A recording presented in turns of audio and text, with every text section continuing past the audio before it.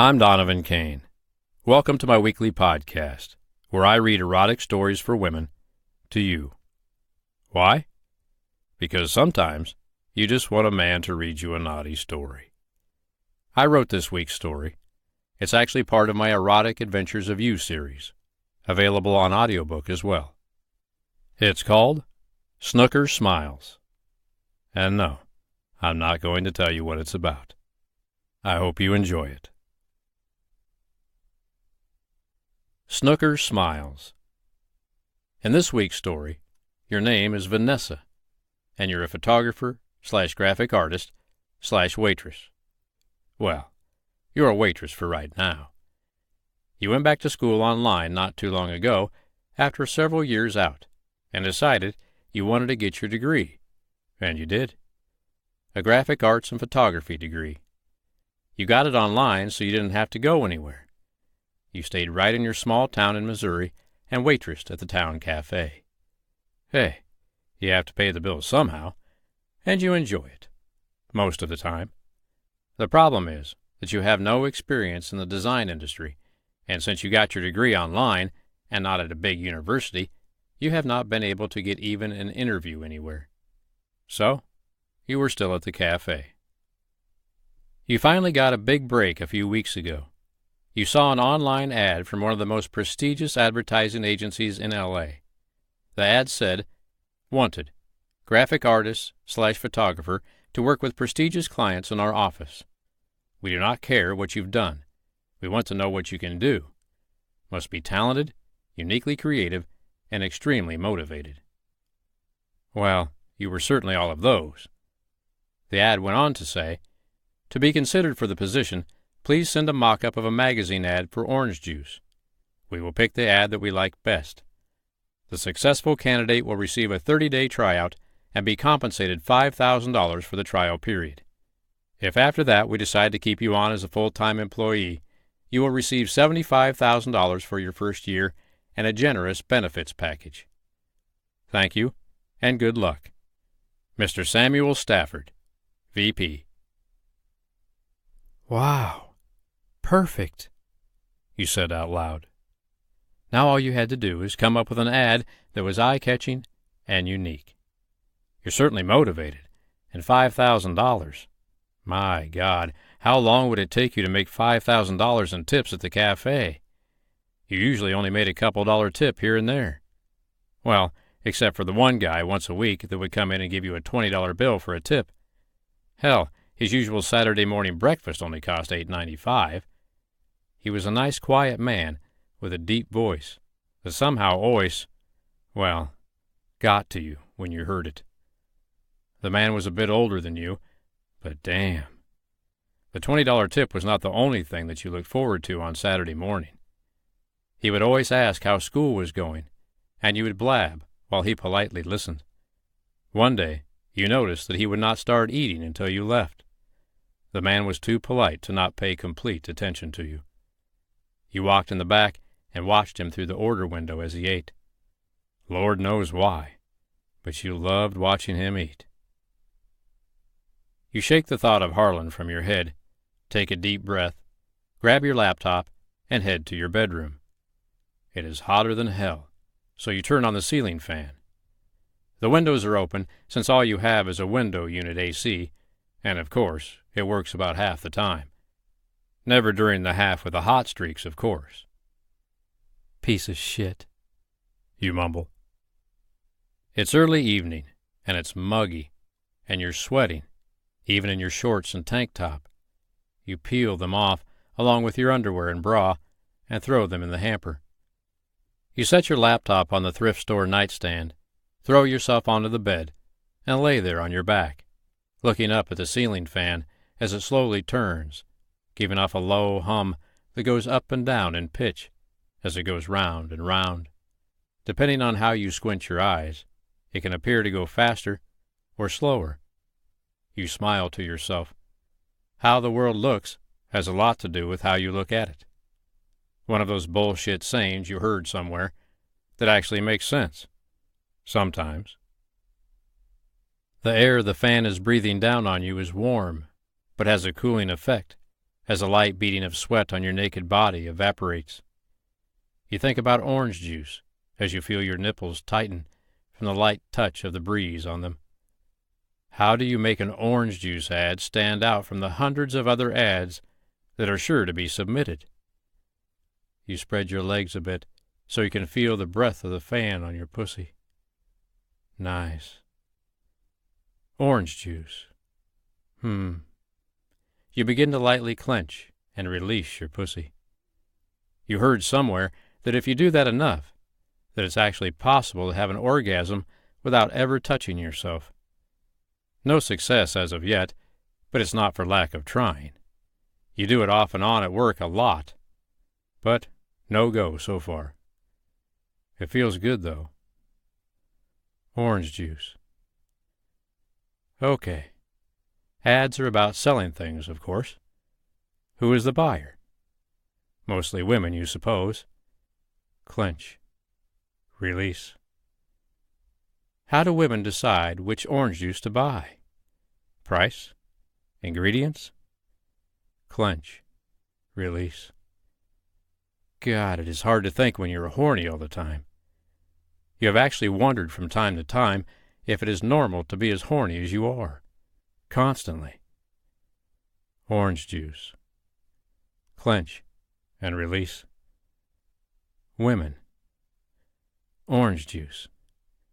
Get them to buy. Get a $75,000 a year job. Clench. Release. Orange juice. Have to grab their attention. Make them feel that they want that orange juice. Need that orange juice. That's it! You yell out loud. You jump out of bed, grab your car keys, and head for the door. You throw the back door open and see the night lit up with a rising full moon. Beautiful. Shit. You look down and see your bare skin shining in the moonlight.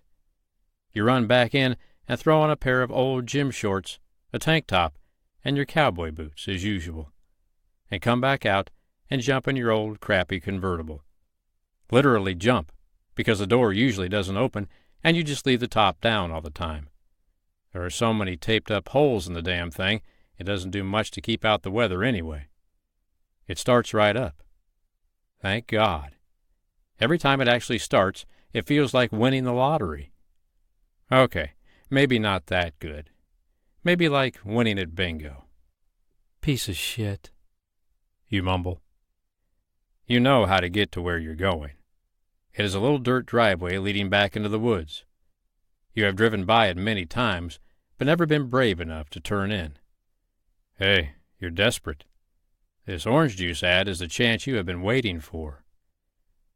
You have heard that the dirt driveway leads back to a little cabin in a clearing. He described it to you once, when you worked up the courage and just blurted out the question. Where do you live, Harlan?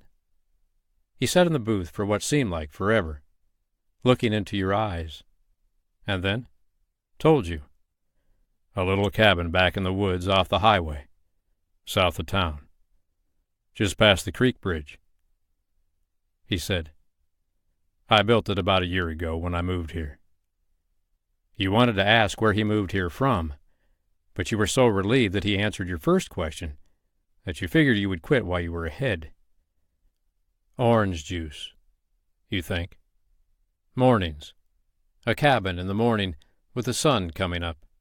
And a man. Orange juice. Clench. Release. That should get their attention. You get to the driveway and hesitate before turning in. What the hell are you doing? You ask yourself. I just need to look at the cabin, and I will turn around and leave. You answer yourself.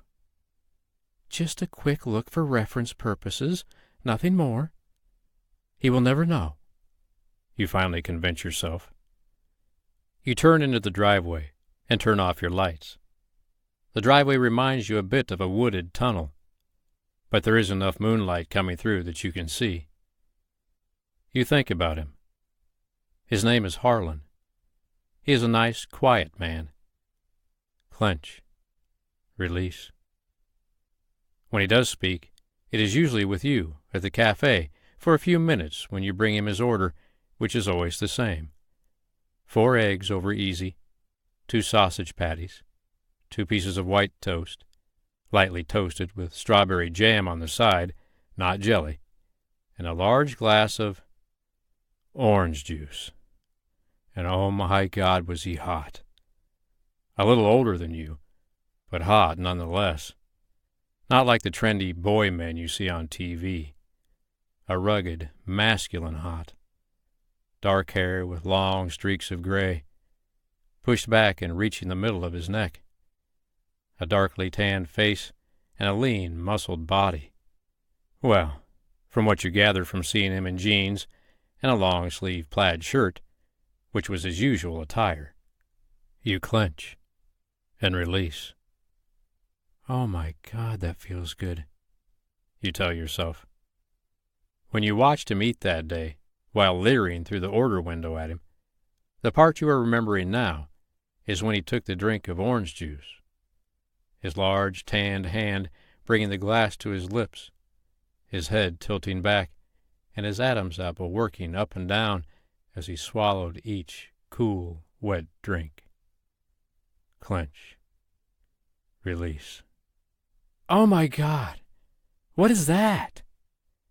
You can see a clearing up ahead at the end of the driveway, the bright moonlight behind a shadow of some animal.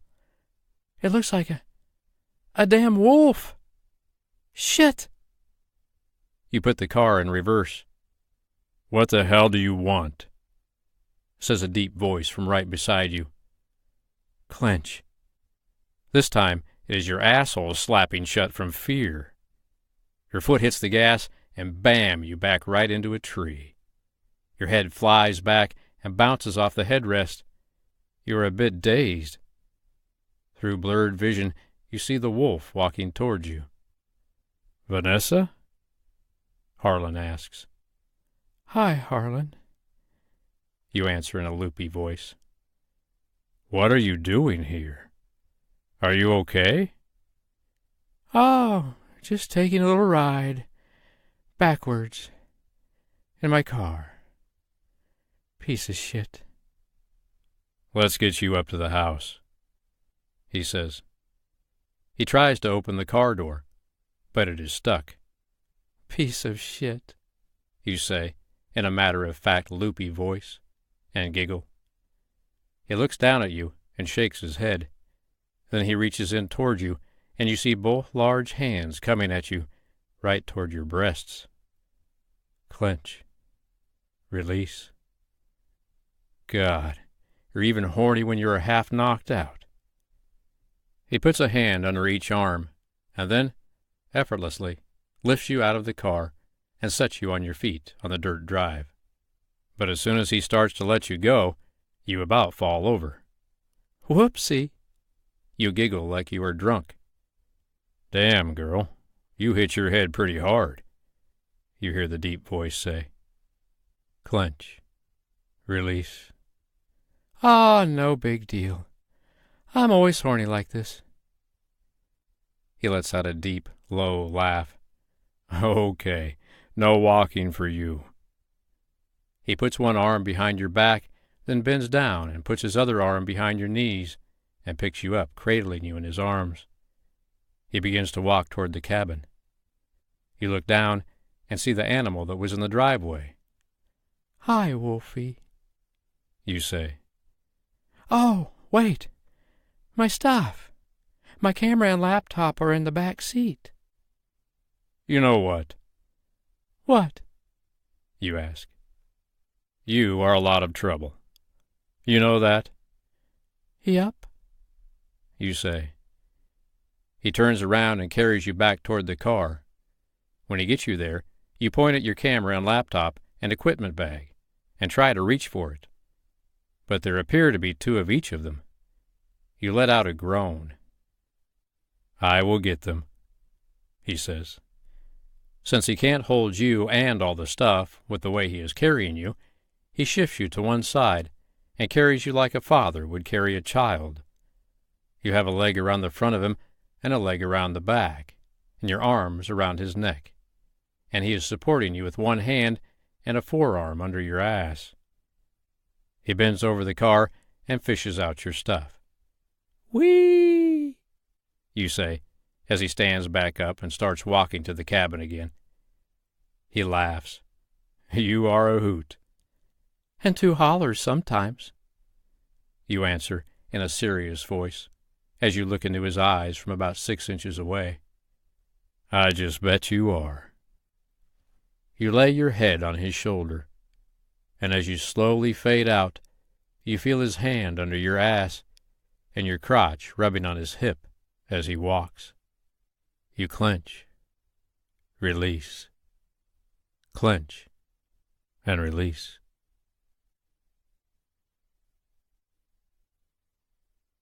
You hear the hum of the ceiling fan. You are laying on your back and sweating. You realize you still have your shorts and tank top on, so without even opening your eyes, you sit up and pull the shirt over your head and toss it. Then you lift your hips and push your shorts down with your thumbs and toss them too. Ah, that's better. A bit of air on your naked body. You clench, release. You fall back to sleep. Crack. Crack. What the hell is that noise? You ask yourself. Crack. Crack. You slowly open your eyes and see the ceiling fan turning round and round. You unsquint your eyes and the fan slows down. That's not your fan. Your eyes pop open. You jump up and look around at log walls. What the hell? Your car. You crashed it and knocked your dumb ass out. Oh, your car. Piece of shit. As you look around at the plain little cabin with its stone fireplace and just one big room, you remember. Harlan, you say out loud. You put both hands on the top of your head. Oh my God, my head is huge. The front door opens and Harlan is standing in the doorway, shirtless, wearing an old pair of jeans and a bit of a sly smile on his face. Oh, I think your head is just the right size, he says as he walks toward you. He reaches up to your head. Move your hands, hon. You drop your hands down to your sides. He reaches around the back of your head while your face is just inches from his bare chest. Small beads of sweat are dotted between his pecs and around his nipples. You breathe in his slight musky scent. He unties something, steps back, and shows you an ice pack. There. He feels the back of your head. All better. You tilt your head down to feel for yourself, and you freeze. Mortified, you see that you are naked. You don't move. You try to figure out what to do. You can't move. You can't speak. You are locked up and about to lose your mind with 1,000 thoughts racing through your brain and all colliding with one another. Would you like some coffee? You look up at him, his soft, dark eyes looking back into yours. You clench and release. After a moment of saying nothing and just staring back at him, he reaches for the coat rack by the front door and grabs a flannel shirt. He walks to you and holds the shirt open. You turn your back to him, put your left arm in, then your right, and turn back to face him. You are just ready to button it up when he says, "One of the great benefits to living in the woods is you don't have to get dressed if you don't want to." He turns to get you a cup of coffee. You move your hands up to your hair instead to straighten it, leaving the shirt unbuttoned. Clench. Release. Here you go, he says, handing you the coffee. I was just cutting some firewood. Would you like to come out and sit on the porch? Yes, I would. He holds the door open for you. As you walk out on the porch in the morning sun, you are mesmerized. The sun has just come up, and its beams are actually visible as they shoot through the morning mist hanging in the air. Beads of dew cling to everything. The droplets shine in the grass, and the sunbeams are shining through them at just the right angle to give some of them a rainbow prism glow. You can hear the drops plopping through the leaves in the trees. You gasp and run toward the driveway toward your car. "Where are you going, girl?" "To get my camera." "Whoa there. It's in the cabin. I carried it in last night along with you." "Oh, that's right." You slide to a stop in the wet grass and run back toward the cabin. Harlan is standing by a stump with an axe in it, hands on his shirtless waist, smiling and shaking his head. You are running, not jogging, flat out running. You feel the cool breeze hitting your naked body. Harlan's flannel shirt streaming behind you in the wind. You feel your breasts bounce up and down with every step. You feel the wet grass between your toes. You throw open the door, run in, grab your camera, and bolt back outside. You run away from the cabin a bit so you can get the entire scene in the shot. As you turn and point the camera, you click the button before you even have the shot framed. You keep clicking and clicking in every direction. You hold the button down, engaging the automatic shot, and it clicks and clicks and clicks, one after another. As your picture-taking frenzy slows, you begin to walk back to the cabin. The sun is rising further, the dew is evaporating, and the morning mist is burning off with the sun. The moment is gone. You frown a bit as you step barefooted onto the porch. You can feel the smooth, sanded wood under your feet as you walk to a chair made out of logs and sit down. You fall back into the chair with a huff of breath, slouch down with a forearm on each chair arm and legs spread. You smile as you look around at the view. "Beautiful," you sigh. "Yes, beautiful," he says. You look down and see the flannel shirt is wide open. Harlan is looking at you, and your view of him is framed by your bare legs and your pussy. You feel no need to cover up, and in fact, don't move at all as he pulls the axe from the stump and starts splitting wood. Crack. Crack. You clench and release. Clench and release. You watch as he swings the axe, his bare upper body flexing with each swing. Crack. Clench. Release. Click. Click. You start hitting the shutter on your camera. He doesn't object, so you bring the camera to your face. Click. Click. Crack. Clench. Release. You lower the camera. Crack. Clench. Release. As you watch his muscles flex, you feel your pussy begin to tighten. Crack. Crack. Clench. Your pussy stays clenched for a moment, and you grab tight onto the camera. The button depresses and starts clicking madly as your pussy releases with an enormous convulsion, one after another, after another. You let a soft squeal escape your lips with each contraction. You begin to open your eyes and look right into Harlan's as the contractions slow. You just sit there, trying to catch your breath with a slightly opened mouth. You are not sure what to say. What the hell do you say to that? Harlan walks toward you with that beautiful, sly smile of his. I heard somewhere that was possible, but I have never seen it happen before.